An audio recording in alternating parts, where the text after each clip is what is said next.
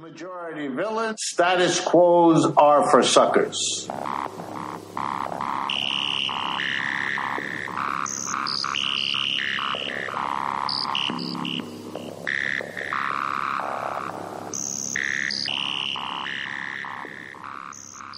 Deep in the wildwood district of Columbianica lies the nation's least kept secret, where few to reign and even fewer escape.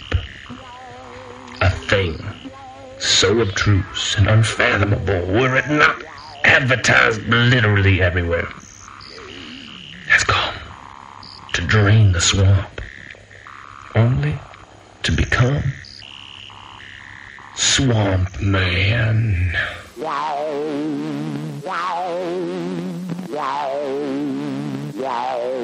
It's a disgrace what took place. It's a disgrace, and I think they ought to apologize to start with Michael Cohen. Sir, since you're attacking us, can you give us a question? Mr. President-elect. Mr. President-elect, since you are attacking our news organization, can you give us a chance? You are attacking our news organization. Can you give us a chance to ask a question, sir? Go ahead. Sir, can you state, Mr. President-elect, can you state categorically, Mr. President-elect, can you give us a question? You're attacking us. Can you give us a question? Can you give us a question? I'm not going to give you a question. Can you state categorically? You are fake news. Sir, go ahead. Can you state categorically that nobody... No, Mr. President-elect, that's not appropriate.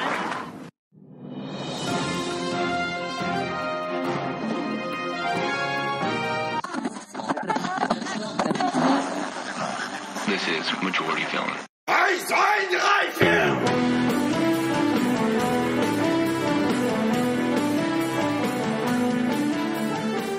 Classier than ever. That is Donald Trump telling not just any news organization, but CNN that they are not real news and not answering any questions in the first press conference he has given since being elected president, and the first one he's given in nearly 6 months. Class. Just goes to show you, folks, money can buy you a lot of things, but it can't buy you respect. This is, of course, Majority Villain, and I am Greg Haddock. Thank you so much for tuning in, and this is part 2 of the Electoral College, which I have to admit, I have to confess to you guys, when I did it the first time, I kept saying the Electric College. I know it's the Electoral College. I don't think I said that in the recordings, but I said that so much in my notes, speaking it out loud, and just one of those things. It's like crayons. Yeah. You have no idea what crayons are? I'm talking about crayons. I have to think to say that word. So, welcome to the show. Welcome to the show. Welcome to the show. We made it. 2017.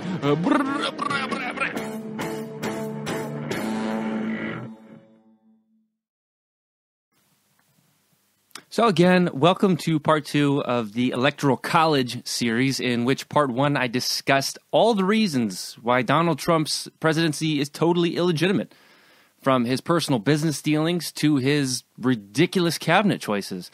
If you're unfamiliar with those cabinet choices, you'll hear a little bit of that today, but it's really important that you understand the clown posse that he is putting together. It is unbelievable, including this guy, Rex Tillerson, for Secretary of State, arguably the most important person in his cabinet. Now, they just began their vetting process this week. The Trump administration is trying to push through all of these cabinet appointments in 1 week because it's absolute chaos right now. And if they inundate the Senate committee that is trying to vet all these appointments, they won't have time to do it. So they interviewed Rex Tillerson for upwards of like 9 hours the other day. And in asking him about ExxonMobil's former CEO of ExxonMobil, over 4 decades with the company, a company that was aware of climate change in the 60s and 70s from their own science, and then began a mass disinformation campaign to confuse people about what exactly the dangers of climate change are. This is all under investigation. And when asked about this during his Senate confirmation hearing this week, this is what he had to say to Tim Kaine, former vice president candidate Tim Kaine. Are these conclusions about ExxonMobil's history of promoting and funding climate science denial, despite its internal awareness of the reality of climate change during your tenure with the company, true or false? Senator, since I'm no longer with ExxonMobil, I'm in no position to speak on their behalf. The question would have to be put to them. And let me ask you, do you lack the knowledge to answer my question, or are you refusing to answer my question? A little of both. Wow! Holy shit! Highest appointment in the entire Trump administration. I just simply don't want to answer, I don't know, and I don't want to tell you. That's going to be acceptable for some reason. Anyway, this is what's going on in Washington as you and I speak. A lot of these people were supposed to go through the Office of Governmental Ethics, which is an independent part of the government that is meant to try to vet ahead of time before these confirmation hearings who's breaking the law, who's not breaking the law, what might be a conflict of interest, what might not be a conflict of interest.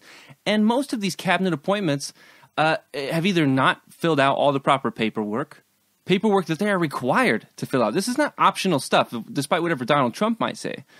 And a lot of these people, when they're these appointments, when they're meant to list all of their personal assets, run out of room on the report, or simply just don't list massive investments that they might have. So the whole thing is a giant shit show. And Walter Schaub, I believe, is the head of that department. I'm not exactly sure what his title is, but he is the head of that department, and he came out saying he's like very, very concerned, to say the least, about the Trump presidency itself, as well as all of the appointments that are coming up. So that's kind of a recap of the part one and kind of an introduction into today, part two, which is simply going to expand on what's been happening, why that is, and also to finish up today's show with talking about why the Electoral College ain't going to be around much longer. So this, 537 electoral votes, this is going to be a thing of the past. It will mostly just be a tradition in the future. I'm predicting it. 2020 will be decided by popular vote and popular vote only. Well, there, I said it. I did it. It's done. As a side note to the first episode, I talked about Arlie Hochschild, who's a sociologist who did a ton of research and interviews in Louisiana over the last couple years. The title of her book, which I could not remember, is called Strangers in Their Own Land. And I highly recommend just go to YouTube and Google an Arlie Hochschild interview, just like a 5-minute video. She's brilliant, and she also does so much credit to Trump voters and to the movement that has elected Trump, while at the same time being incredibly concerned yet optimistic about America's future. I highly recommend it. So one thing that wasn't also very clear in the first podcast is why Trump is illegitimate. Yes, he's got all these business ties all over the world. When he calls, say, Taiwan, which was a huge political gaffe because China doesn't want to acknowledge Taiwan's existence, especially in dispute of international waters, or what China claims to believe are their own waters. It's not just that he's making these phone calls, but that they're probably business deals. These are his partners. And so he has made an announcement this week of several in the last couple weeks that are incredibly news and noteworthy. And one of those is that he will, in fact, be putting all of his assets into a blind trust.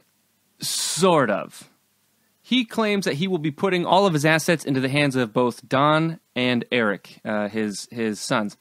Now, that's not exactly a blind trust. A blind trust, verbatim, here, quote, is a trust which the trust beneficiaries, so Donald Trump, have no knowledge of the holdings of the trust and no right to intervene in their handling. So, when his sons have access to that, they're making all the decisions. There's absolutely no reason to believe that he would not be, briefed over, let's say Christmas dinner. Just, whatever. But blind trust generally, this is also a quote. I'm just reading this off Wikipedia. Oh, that's not a real, you can't use that for, so this is, come on. Blind trusts are generally used when a trust creator, sometimes called a settler, truster, grantor, or donor, wishes for the beneficiary to be unaware of the specific assets in the trust, such as to avoid conflict of interest between the beneficiary and the investments. The reason that's so important is because if there is, a financial interest, say, for Donald Trump to invade a country, what's to keep him from making the ethical choice, not just because it's fucking ethics, but because it's going to keep, the world safe. It's going to keep Americans safe. No reason to believe that whatsoever. Quote going on, politicians or others in sensitive positions often place their personal assets, including investment income, into blind trust to avoid public scrutiny and just avoid accusations of conflicts of interest when they direct government funds to the private sector. So this is going to be a huge issue going forward. And that's because in the Constitution, we have something called the Emoluments Clause. And just because I like the sound of this voice, I want to play this for you. Emolument. Emolument. It even sounds brilliant. And what that is, and I'll just read straight from an article in USA Today, okay? Quote, the clause is an anti-bribery provision that forbids any U.S. president from receiving gifts from foreign leaders and is derived from the Latin word emolumentum, meaning profit or gain, okay? The clause is Article 1, Section 9 of the Constitution. You know, that thing we always rail on about being so important and stuff. It prohibits any person holding any office of profit or trust under the United States from accepting any present, emolument, office, or title, or any kind, whatever, from any king, prince, or foreign state. Russia! So, whatever you think might be going on, the fact that Rex Tillerson personally has a long history with Vladimir Putin, right, the president of Russia, and as well Donald Trump claims to be, has claimed in the past to have such great relationships with him, that is deeply, deeply concerning. And whether you believe that Russia intervened in our election, which many of the intelligence agencies, most, are saying that has definitely happened, that is deeply, deeply concerning. Because if that's true, it means they really have an interest in getting Donald Trump elected, and then it really makes you wonder about the choices he's making. As well, during Rex Tillerson's confirmation hearing, he admitted that him and Donald Trump actually didn't even know each other until just a few short weeks ago. So that's also quite troubling. Who brought up Rex Tillerson's name? Why is he getting pushed ahead in this venture? Another fun thing from Donald Trump this last week is he announced the appointment of senior advisor to Jared Kushner, who happens to be his son-in-law. Now, according to the Logan Act, an act that is an anti-nepotism law, meaning anti-familial, because we don't want a monarchy where our democracy used to be, because that would be embarrassing. It's illegal. And it's not just questionable or unethical, it's illegal. But he's doing it anyway. So the fact that these sorts of things are going on, and it doesn't quite seem like it's going to stop him, that's the shocking thing. If all of his appointment confirmations go through in just this last week, or if they don't go through, what the hell happens? They just show up to work anyway? It's going to be really surprising. I take that back. It's not surprising at all. And we have to quit saying that things like this are going to be shocking. It's just not. The whole thing is just absolutely screwy. Completely screwy. Now let's take this back a second to the Electoral College, because that is really what I want to talk about. You say, okay, well, Greg, come on, the election's over. The electorates, they voted on December 19th, and they voted overwhelmingly for Donald Trump. Yes, this is true. This is true.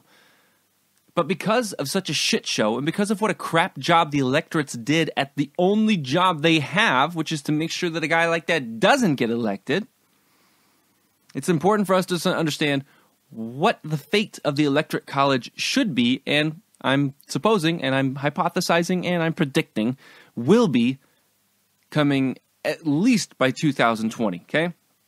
So let's just read something real fast from Alexander Hamilton's Federalist Papers number 68, right? One of our beautiful forefathers. Federalist Paper number 68, because the first 67 were not ravishing enough. This one called The Mode of Electing the President. Hamilton lays out the process and purpose for the Electoral College, okay? Alongside John Jay and James Madison, those other forefather bastards. Ready? I will read this in my best forefather accent. The process of election affords a moral certainty that the office of president will never fall to the lot of any man who is not in any eminent degree endowed with the requisite qualifications. Side note, they're talking about Trump.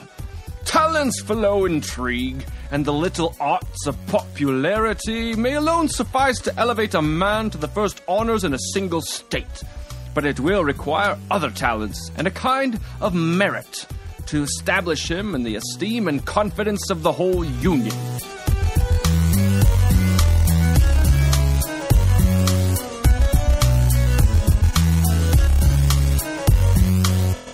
Oh, okay. Well, that makes sense. All right. So we're getting there. We're getting a little bit warmer. It's not enough to just be able to speak to people or popularity to be able to hold this office. Okay. There's a little bit more to it. In another place, the forefathers. You know, those old guys, the forefathers, they write, nothing was more to be desired than that every practical obstacle should be opposed to cabal, intrigue, and corruption, chiefly from the desire in foreign powers, Russia, to gain an improper ascendant in our councils. How could they better gratify this than by raising a creature of their own to the chief magistrate of the Union? But the convention have guarded against all danger of this sort with the most provident and judicious attention. Thank you.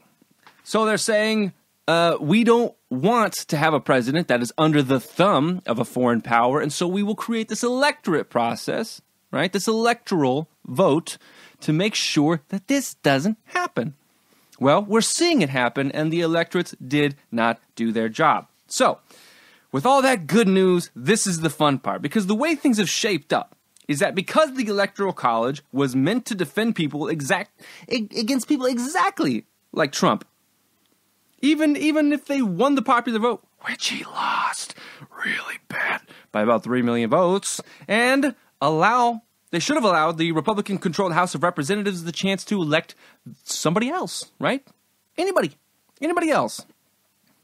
The temperamental nature of this archaic system, thanks a lot, Alexander Hamilton, but no thanks. It has been exposed for all the world to see, and believe me, I'm all the way over here in Germany, they see it. They didn't nix Trump. We all knew they weren't going to do it. And now we know. Now we know. Not only is a system that simply ignores the will of the majority, us majority bastards, but it can't even do its main job right. That is why it is going to self-destruct. So, the thing that is going to do the most amount of damage against the Electoral College is the national popular vote, okay? The national popular vote at nationalpopularvote.com. This is so important. Check this out, okay? Is going to upend this because the Electoral College is so 18th century, like for sure. And we are done with it. It's called an interstate compact. Now that means that it doesn't have to be passed at a federal level, which is good because nothing is going to get passed at a federal level except for shooting polar bears in the face and making sure that everybody has oil in their water, okay? So that is a good thing because it is already passed in 11 states, okay? It has to go through the House and the Senate of each state and then be signed into office by the governor, much similar to how it works in the federal office. But that's the thing. 11 states representing 165 electoral votes have already passed this. California, D.C., Hawaii, Illinois, Massachusetts, blah, blah, blah, blah, blah, blah, blah, bam, right? 165 votes. So they only need enough states representing 105 more electoral votes for this to make sure that the Electoral College never influences our country again and that the nightmare of Donald Trump can be put to sleep forever, right? And the cool part about that is it's passed one House in 12 additional states with 96 electorate votes, okay? We are getting really, really close to making this happen. And that is also in some Republican states as well. This is a bipartisan, nonpartisan issue. 2/3 of the 2016 presidential campaign was in just 6 states. Now, if you live basically anywhere west of the Mississippi, you don't really influence the presidential election at all. At all. And that's because these 6 states, these swing states, are so important to candidates that they spend all of their time and resources and promises there. That's the big thing. So these states get all sorts of benefits out of it that, other states don't even get a voice on. Okay, so if you live in California, Republicans don't campaign there because they're never going to win it. Democrats never campaign there because they're going to win it, right? Same with Texas, same with Washington, same with Ohio. I guess Ohio's a shitty example. Same with Nebraska, same with Montana, Maine, Georgia, whatever. Anyway, you get the point, okay? The national popular vote, if it were to pass, means that all of these states all of a sudden have just as much influence as any other. Every vote matters. And that is what democracy is all about.